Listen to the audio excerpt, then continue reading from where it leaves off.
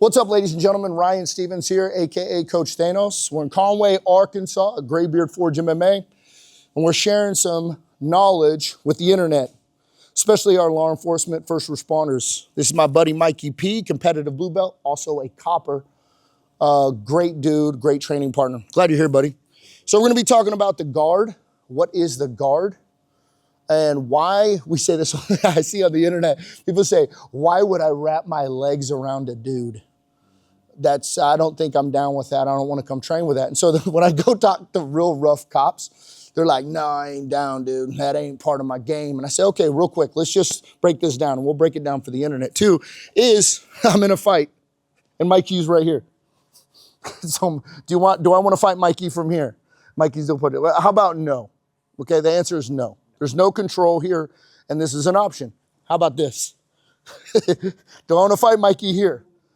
The answer is no, this is probably worse, okay? Then what about this? What about fighting here? Oh, Ryan, that's the same as the first option. Okay, here's another option. And this is called the closed guard.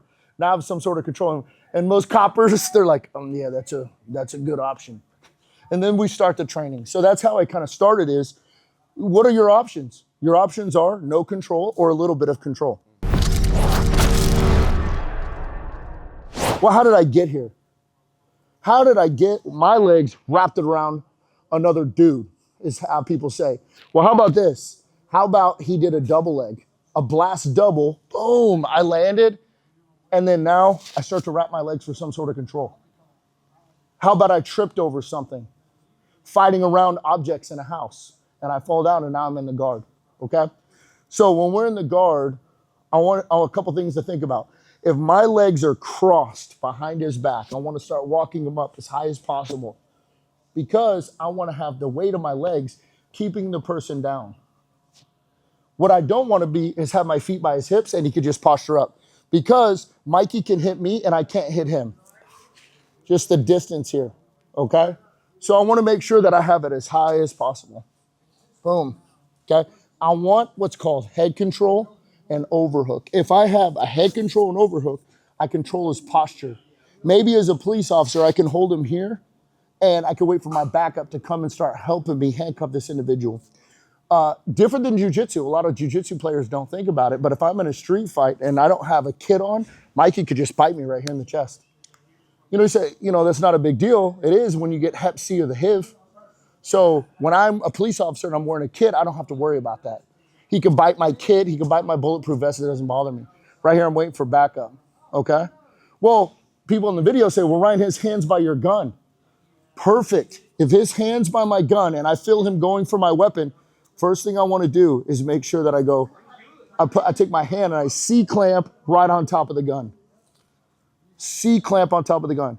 As soon as I do that, what I'm going to do is open my guard. I'm going to start to turn and I'm shooting my hand over his tricep and I'm going to grab my own wrist. Okay? Now we're locking up in jiu-jitsu what's called a kimura position. Now a lot of people think, this is a serious incident for a cop right here. Somebody's got their hands on my gun, okay? So I need to make sure I secure this with all the power. And a lot of people, what they'll do is they'll pull and pull their chest off here and there's just too much grip. What I tell people to do is attach my sternum to the tricep. That's going to give me full core pulling power. Now I use my full core, boom, arm comes off, and then I'm going to put it on his back. Two ways to finish here, based on the ways I've been trained. One, I keep it at a 90 and I start to pull it up until the individual taps, or I set it on his back to prevent him from extending it back out. I don't want him to grab my gun and put it on his back and start to turn it, right? Now, as a police officer, that might be verbal, hey, stop fighting, give me your hands, and I start pushing them off to start handcuffing. Or it could be that I keep turning until, I need to end the fight, okay? Another way here too is I can shrimp and start moving for a scissor sweep. So I'm here and I'm trying to do the kimura. What I'll do, pull the hands down and I start to turn my body. Boom. And now I'm on top of the individual. All right, so let's show this one more time. So just like I said, individual has my firearm, but we want to change the positions. Maybe there's multiple offenders, and I don't want to be on bottom if he has friends. So we need to start to transition. A common thing that we see is people start to posture up, try to pull their arm away.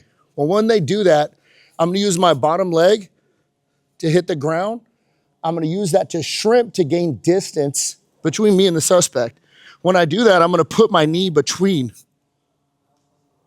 When I put my knee between, it allows my bottom leg to fall. And now I'm just going to start a motorcycle. I'm just going to extend my leg, causing the sweep. As soon as I do it, I kick this one through, and now I'm on top.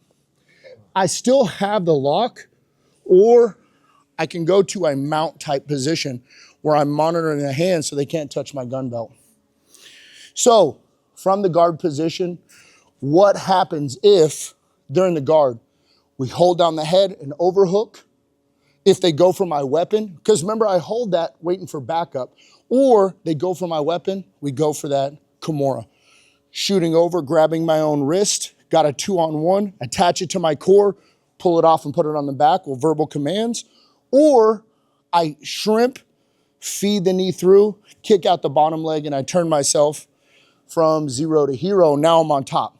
So, and that's what we want to do. We always want an advantage. What we talk about is fighting with gravity. Right now, me fighting Perez is a 2-on-1 ratio. It's me and gravity versus Perez, and we always want gravity on our side. So hopefully you learned a little something for our coppers out in the field. Take it easy. Coach Thanos out.